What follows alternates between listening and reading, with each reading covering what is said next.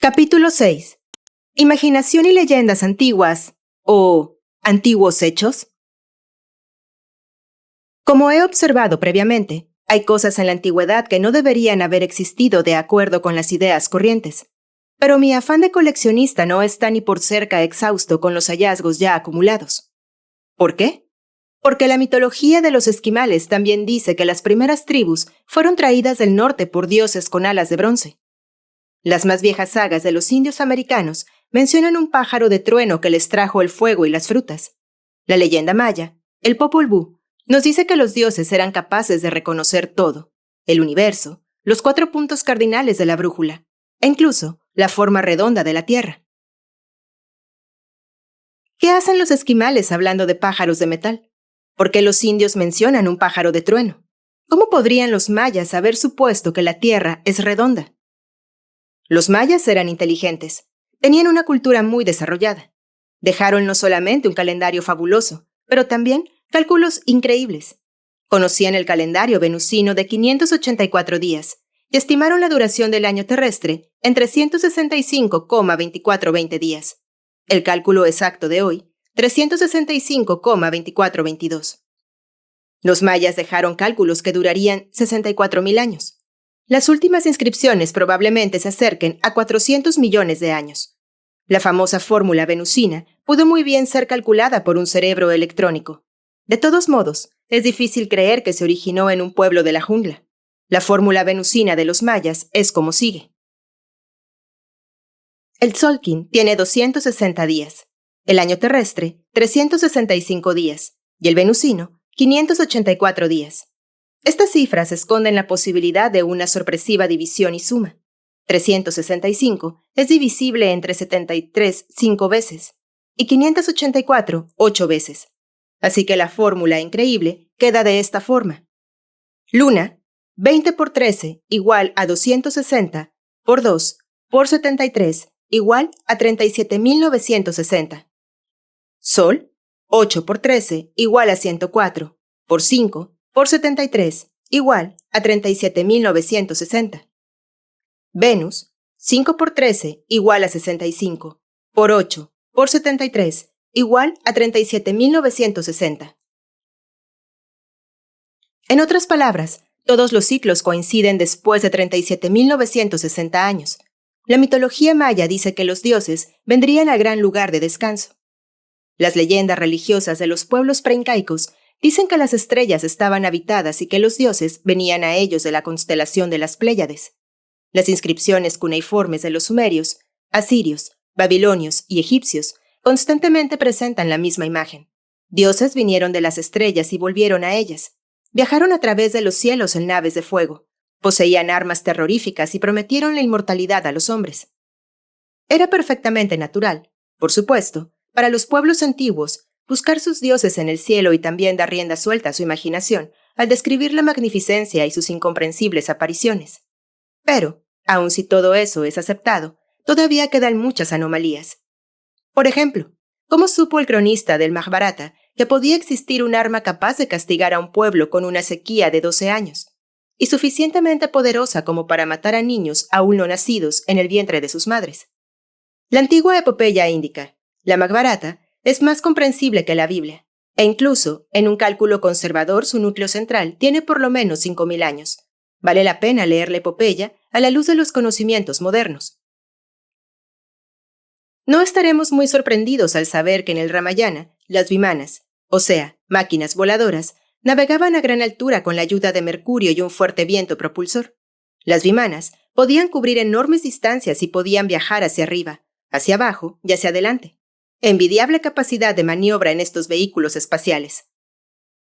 Esta cita viene de la traducción de Endut en 1891. Al mandato de Rama, la magnífica carroza se elevó a una montaña de nubes con un enorme estruendo. No podemos dejar de notar que no solamente se menciona un objeto volador nuevamente, sino que también el cronista habla de un enorme estruendo. Aquí hay otro pasaje del Mahabharata. Bhima voló con su vimana en un rayo enorme, brillante como el sol, e hizo un ruido como el trueno de una tormenta. Roy, 1899. Incluso la imaginación necesita algo con qué empezar. ¿Cómo puede un cronista dar descripciones que presuponen por lo menos una idea de cohetes y el conocimiento de que ese vehículo puede viajar en un rayo y provocar un terrible trueno? En el Samazapkavada se hace una distinción entre carrozas que vuelan y las que no pueden hacerlo. El primer libro del Mahabharata desvela la historia íntima de la soltera Kunti, quien no solo recibió una visita del dios Sol, sino que tuvo un hijo con él. Un hijo que se supone fue radiante como el sol mismo. Como Kunti estaba asustada, incluso en esos días, de caer en desgracia, dejó el niño en una gran cesta y lo puso en un río. Adirata, un hombre acaudalado de la casta Sutta, sacó la canasta y el niño del agua y lo crió. Realmente una historia que no vale la pena contar si no se pareciera tanto a la de Moisés. Y, por supuesto, hay una nueva referencia a la fertilización de humanos por dioses. Como Gilgamesh, Arjuna, el héroe del Mahabharata, emprende un largo viaje para buscar a los dioses y pedirles armas. Y cuando Arjuna encuentra a los dioses, después de muchos peligros, Indra, el señor del cielo, con su esposa, Sachi, a su lado, le da una audiencia muy exclusiva. Los dos no se encuentran con el valiente Arjuna en cualquier lado. Lo encuentran en una carroza de guerra celestial e incluso lo invitan a viajar con ellos por el cielo. Algunos datos numéricos del Mahabharata son tan precisos que uno tiene la impresión de que el autor está escribiendo con conocimiento de primera mano. Lleno de repulsión, describe el arma que podría matar a todos los guerreros que llevaran equipo de metal. Si los guerreros conocieran el efecto de esta arma a tiempo, deberían sacarse todo el equipamiento de metal que estuvieran usando, saltar al agua y lavar todo lo que hubiera estado en contacto con ellos, profundamente. No sin razón, como el autor explica, porque el arma hacía caer el pelo y las uñas. Todo lo viviente se lamenta, se volvía pálido y débil. En el octavo canto encontramos a Indra en su carroza celestial nuevamente. De toda la humanidad, ha elegido a Yudhishthira para ser el único que podrá entrar al cielo en su forma humana. Acá también el paralelismo con las historias de Enoc y Elías no puede ser negado. En el mismo libro, en lo que tal vez sea el primer relato del lanzamiento de una bomba H, dice que Gurkha lanzó un solo proyectil en la ciudad triple desde una poderosa vimana. La narrativa usa palabras que nos recuerdan los relatos de los testigos oculares de la detonación de la primera bomba de hidrógeno en Bikini. Humo blanco y caliente, 1000 veces más brillante que el sol, se levantó con infinito brillo y redujo la ciudad a cenizas. Cuando Gurkha aterrizó nuevamente, su vehículo era como un bloque radiante de antimonio. Y para el beneficio de los filósofos, menciono que el Mahabharata dice que el tiempo es la semilla del universo. Los libros tibetanos, Tantyua y Kantyua, también mencionan máquinas voladoras prehistóricas, que llaman perlas del cielo. Ambos libros, expresamente, hacen énfasis en que este conocimiento es secreto y no para las masas. Tanto como el fenómeno de las naves espaciales en el pasado remoto se puede explicar, también hay una explicación plausible para las terribles armas que los dioses usaron por lo menos una vez, y que son tan frecuentemente descritas. Un pasaje del Mahabharata nos hace pensar. Fue como si los elementos se hubieran desatado. El sol giró alrededor. Quemados por el fuego incandescente del arma, el mundo se enrolló en fiebre. Los elefantes tomaron fuego por el calor y corrieron para un lado y otro en desesperación para encontrar protección de la terrible violencia. El agua hirvió. Los animales murieron. La vida del enemigo fue cegada y la furia de la llama hizo colapsar a los árboles en filas en un bosque incendiado. Los elefantes lanzaron un ruido asustado y cayeron muertos al suelo sobre una vasta área. Caballos y carros de guerra fueron quemados, y la escena parecía las consecuencias de un incendio. Miles de carros fueron destruidos. Luego, un profundo silencio cayó sobre el mar. El viento comenzó a soplar y la tierra se puso brillante. Era terrible de ver. Los cadáveres de los caídos estaban mutilados por el terrible calor, hasta que no parecían seres humanos. Nunca antes había yo visto un arma tan terrible, y nunca había oído hablar de ella. Roy, 1889. La historia sigue para contar que los que escaparon se lavaron sus equipos y sus brazos, porque todo estaba contaminado con el aliento de los dioses que llevaba la muerte. ¿Qué dice la epopeya de Gilgamesh? ¿Te ha herido el aliento venenoso del pecho celestial? Alberto Tully, antiguo custodio del Departamento Egipcio del Museo Vaticano, encontró un fragmento de un texto del tiempo de Tutmós III, quien vivió alrededor del 1500 a.C. Relata la tradición de que los escribas vieron una bola de fuego viniendo desde el cielo y que su aliento tenía un olor maligno. Thutmose y sus soldados miraron el espectáculo hasta que la bola de fuego se levantó en dirección al sur y desapareció de la vista. Todos los textos se ubican en miles de años antes de nuestra era. Los autores vivieron de diferentes continentes y pertenecieron a diferentes culturas y religiones. No había mensajeros especiales para llevar las noticias en esos días, y los viajes intercontinentales no sucedían todos los días. Sin embargo, la tradición cuenta casi la misma historia y viene de los 4 puntos del mundo y de innumerables fuentes. ¿Tenían todos los autores la misma locura? ¿Estaban hechizados por el mismo fenómeno? Es imposible e increíble que los cronistas del Mahabharata, la Biblia, la epopeya de Gilgamesh, los textos de los esquimales, los indios americanos, los escandinavos, los tibetanos y muchos otros cuenten la misma historia, de dioses que vuelan, extraños vehículos celestiales y las terribles catástrofes conectadas con estas apariciones, por casualidad y sin fundamentos. No pueden tener todos las mismas ideas por todo el mundo. El texto casi uniforme debe tener su origen en hechos prehistóricos. Contaron lo que vieron. Aun cuando el reportero haya exagerado su historia con detalles fantasiosos, como ocurre hoy en día, el hecho, el verdadero incidente, se mantiene en el centro de la historia, tal como sucede hoy. Y el incidente obviamente no pudo ser inventado en diferentes lugares y diferentes épocas. Demos un ejemplo. Un helicóptero aterriza en el África por primera vez. Ninguno de los nativos ha visto nunca semejante máquina. El helicóptero aterriza en un claro con un ruido siniestro. Pilotos en equipos de guerra, con cascos de ametralladoras, saltan del mismo. Los salvajes quedan estupefactos, sin comprender la presencia de esta cosa que bajó del cielo y los desconocidos dioses que vinieron en él. Después de un tiempo, el helicóptero despega nuevamente y desaparece en el cielo. Una vez solo nuevamente, el salvaje tiene que trabajar en la interpretación de esta aparición. Les contará lo que vio a los que no estuvieron presentes. Un pájaro, un vehículo celestial, que hizo un ruido terrible y criaturas de piel blanca, llevando armas que escupían fuego. La milagrosa visita es transmitida a través del tiempo. Cuando el padre le cuenta al hijo, el pájaro celestial obviamente no se achica. Las criaturas que salieron de él crecen, son más fuertes y más imponentes. Estas y otras mejoras se le agregarán a la historia, pero la premisa para la gloriosa leyenda fue el aterrizaje del helicóptero. Realmente aterrizó en el claro de la jungla y los pilotos salieron de él. Desde ese momento, el evento es perpetuado en la mitología de la tribu. Ciertas cosas no se pueden inventar. Yo no estaría escarbando en la prehistoria, buscando naves espaciales, si los cuentos de estas apariciones aparecieran en 2 o 3 libros antiguos. Pero cuando casi todos los textos de los pueblos primitivos por todo el globo cuentan la misma historia, siento que debo tratar de explicar lo que está escondido en sus páginas. Hijo del hombre, vives en el medio de una casa en rebelión, que tienes ojos para ver, pero no ve. Tiene oídos para oír y no oye. Ezequiel 12, versículo 2. Sabemos que todos los dioses sumerios tenían su contraparte en ciertas estrellas. Se supone que hubo una estatua de Marduk, Marte, el mayor de los dioses, que pesaba 800 talentos de oro puro. Si hemos de creer a Heródoto, esto equivale a más de 48,000 libras de oro. Ninurta, sirio, era el juez del universo y sentenciaba a los seres humanos. Hay tablas cuneiformes dirigidas a Marte, Sirio y a las Pléyades.